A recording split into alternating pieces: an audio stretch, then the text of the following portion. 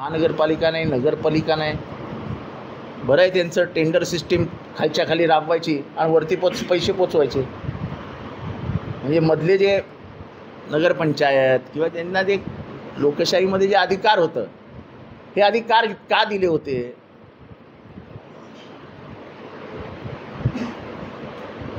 की सत्तेचं विकेंद्रीकरण हे कुठल्याही विकासाच्या गंगेला गती देतात.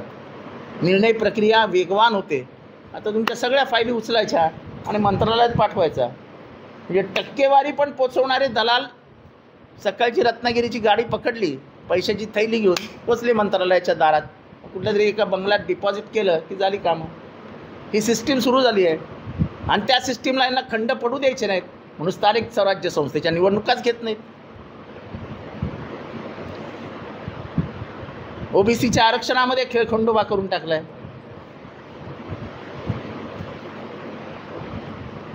आणि या सगळ्या प्रश्नावरती कार्यकर्त्यांमध्ये थोडंसं जाऊन त्यांच्याशी बोलून त्यांना समजावून त्यांना रस्त्यावर काढण्याचं काम करायचं आहे. कारण का लढाई ही रस्त्यावर लढावी लागेल.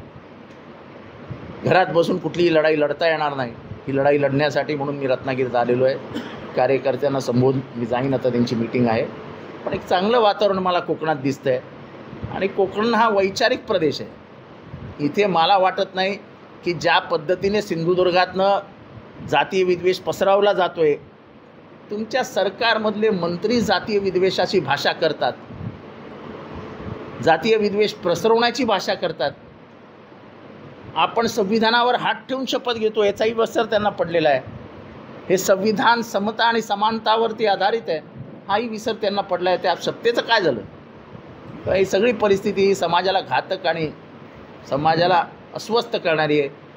समाज अस्वस्थ राहणे हे महाराष्ट्राला परवडणारं नाही. त्यामुळे त्याच्यासाठी आम्ही हा दौरा काढलेला आहे. आपल्याला काही प्रश्न असतील तर आपण जरूर विचारू. संजय राऊत असं म्हणाले की शरद पवार साहेब अमित शहांचा राजीनामा का मागत नाही, त्याच्यामुळे तर्कवितर्काने लढवलं आणि सत्तेत एकत्र मित्रपक्ष असं की परिणाम आल्यावर आता शरद पवार यांनी काय मागितलं नाही याचं उत्तर देण्यासाठी काय मी काय त्या मोठ्या बेंचात बोलू शकत नाही. पण मी तुमच्यासमोर जे बोलायचं तर बोललं ना की जबाबदारीची घेवीच लागेल ना, जबाबदारी घ्यावी लागेल ना. याचा दुसरा अर्थ काय होतो? हे मी संजय राऊत मोठा माणूस आहे बाबा, मी कुठे बोलू त्याच्यावरती. आणि ते बोलले शरद पवारांवरती. पण त्यांचा कार्यकर्ता बोलतोय ना, सगळं उघडपणाने बोललो ना, काही लपून काहीच ठेवलेलं नाही ना.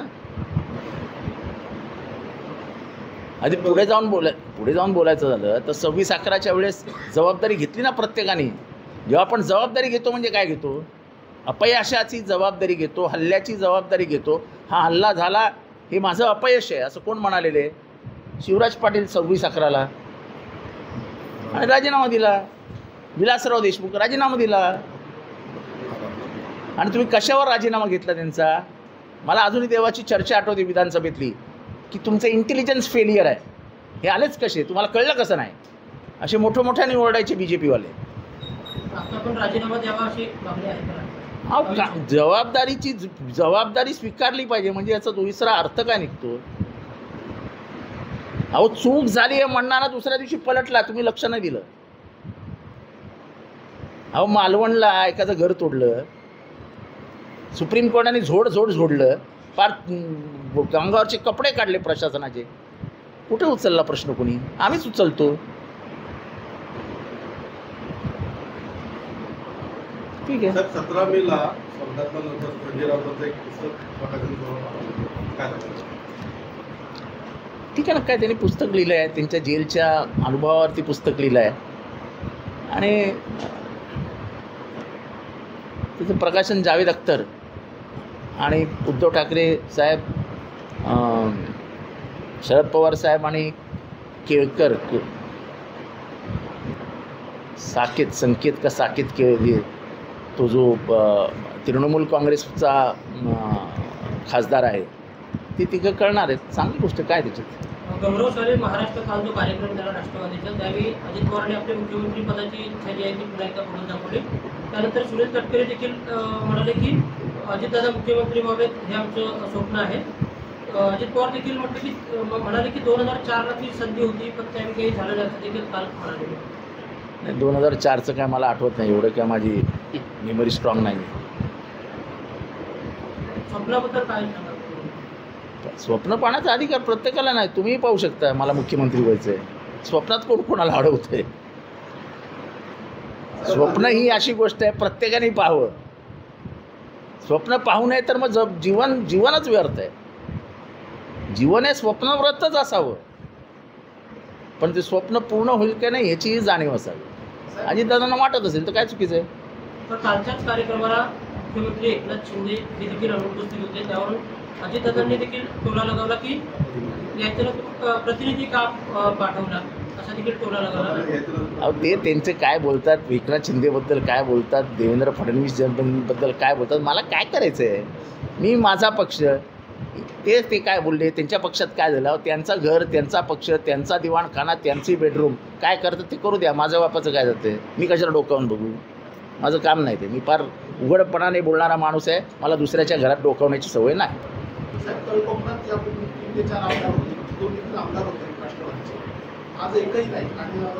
ठीक परिस्थिती येते ना, स्थित्यांतर घडत असतात. ठीक आहे ना, नाही तर त्याच्यातून उभं राहील ना माणूस, उभा राहतो ना. ते उभा राहण्यासाठीच आम्ही आलो आहे ना. ठीक आहे ना. हो असं आहे की दुसऱ्या महायुद्धाच्या वेळेस जेव्हा हिटलर बेफाम सुटला आणि जेव्हा लक्षात आलं की हिटलरला आज अडवलं नाही तर आपलं विश्व फॅसिस्ट होईल आणि फॅसिझमची पकड एकदम घट्ट होईल, तेव्हा एकमेकांचं तोंड न बघणारे जगाचे 3 नेते एकत्र आले. स्टॅलिन, रूझवेल्ट आणि चर्चिल. आणि पहिल्यांदा त्यांनी शपथ काय घेतली की आधी फॅसिझम रोखा. बेनिटो मुसोलिनी आणि ॲडॉल्फ हिटलर यांच्या माध्यमातून तयार झालेला फॅसिझम रोखा, आणि युद्धाला सुरुवात झाली. आणि काही वर्षातच लेनिनग्राडमध्ये पहिल्यांदा हिटलर हारला. आपण जेव्हा एखाद्या विचाराने लढाई लढत असतो तेव्हा त्या विचाराचा पहिला शत्रू कोण, त्या शत्रूवरच हल्ला करायला पाहिजे. मला काय मिळणार आहे हा विचार केला तर युद्धच होणार. मला काय मिळणार हे म्हणणं महत्त्वाचं नाही. या जगाला धोका फॅसिझमपासून होता, तो फॅसिझम रोखला पाहिजे. हे हिटलरचं, हे स्टॅलिनला, रूझवेल्टला आणि चर्चिलला पटल्यामुळेच हिटलरचा पराभव झाला.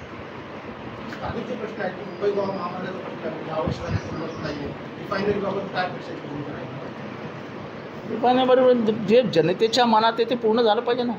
अहो त्या रिफायनरीच्या बाबतीत सर्वात जास्त त्यांना मदत कोणी केली जरा विचारावं. काय त्या एरियाचं नाव काय?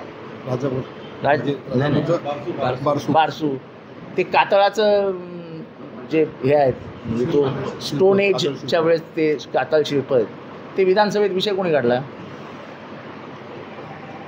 आमच्यात मी म्हणजे मला इतरांबद्दल काही बोलायचं नाही, पण मी जी भूमिका घेतो ती माझी 40 वर्षापूर्वी माझी भूमिका होते की मी सेक्युलर आहे आणि सेक्युलर म्हणून राहील. ते मी आजही सांगतो, मी सेक्युलर आहे आणि सेक्युलर म्हणूनच राहील. अशी भूमिका बदलणाऱ्यांमधला आम्ही नाही.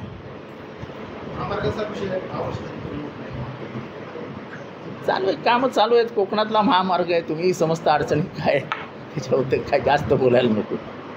टाइम्स डिजिटलला लाईक करा, सबस्क्राईब करा, शेअर करा आणि बेल आयकॉन दाबायला विसरू नका. पाहत रहा टाइम्स डिजिटल.